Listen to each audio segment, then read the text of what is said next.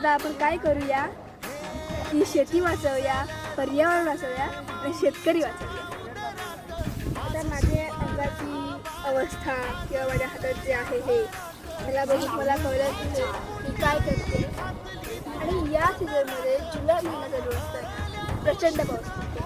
तर तुम्हाला गंमत माहिती आहे, पाऊसच नाही.